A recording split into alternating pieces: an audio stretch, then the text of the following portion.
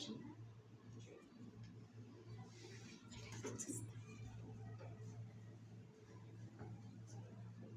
বসেন বসেন না, এমন করেন কেন? হ্যাঁ হ্যাঁ দেন কেন? আপনি বাসায় আসলে এই জন্য আপনার তো বাসা আসতেছে, চাকরি দিলে দিতে। Ready action, action. বসেন। গায়ে হাত দেন কেন? আপনার এই উশৃঙ্খলতার জন্য না